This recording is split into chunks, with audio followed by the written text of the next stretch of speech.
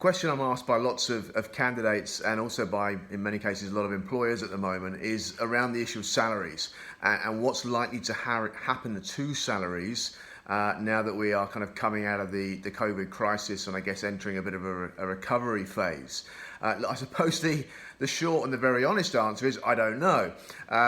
The longer and hopefully slightly more intelligent answer is that I think it's reasonable to assume, based on both the history of what happened post GFC in 08-09, and also I guess to some extent the sort of the laws of supply and demand in economics, would indicate that we are clearly in a situation now where we have far fewer good jobs around than we would normally have, and unfortunately we also have far more highly qualified, very capable job seekers around than we would normally have. Now, those conflicting pressures mean that we're probably going to get downward pressure on salary levels, unfortunately. Companies, to be blunt, will be able to take advantage of the shift in power, which will be very much in their favour. And there'll be an element of, well, we've got a great job, Mark, Stephen, Mo, Jennifer, you guys are all keen to get it. We don't necessarily have to dangle as big a financial carrot to get one of you to snap it up as we might have done, 6 months ago, 12 months ago.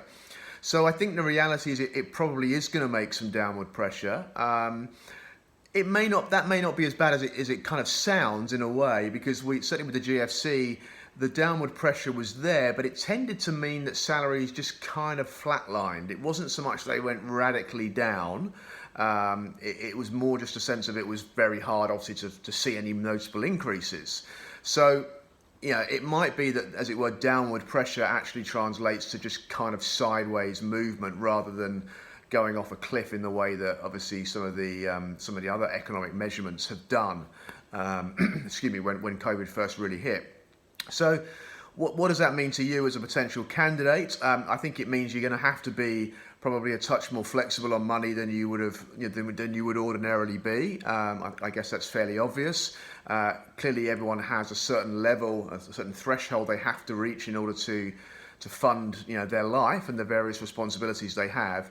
But obviously, I would certainly encourage you to be as open-minded as you can, particularly if it's something as a job or as a company that you look at and you can genuinely see a sense of sort of long-term opportunity and development for yourself. If you see that it can really go somewhere down the track, then I would encourage you to be as flexible as you can in those early days. If you can't, if it's just clearly something you would do as a stopgap, then I think you probably, you obviously will be just more focused on exactly what is it paying right now and is that good enough, yes or no. And again, only each individual can make that decision.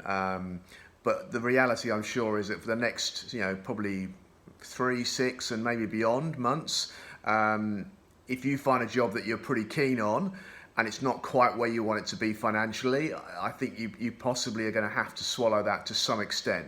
Anyway, we shall see. It's not a certainty yet, but that's kind of my supposition based on what's happened before, and I guess just what seems both logical and common sense. So, yeah, I'd appreciate your thoughts on this, because this is obviously something that we'll all be wrestling with for the coming months. So if you have strong opinions, yes or no, and agree or disagree with what I'm saying, I'd love to kind of get your feedback on that. Okay, thank you very much.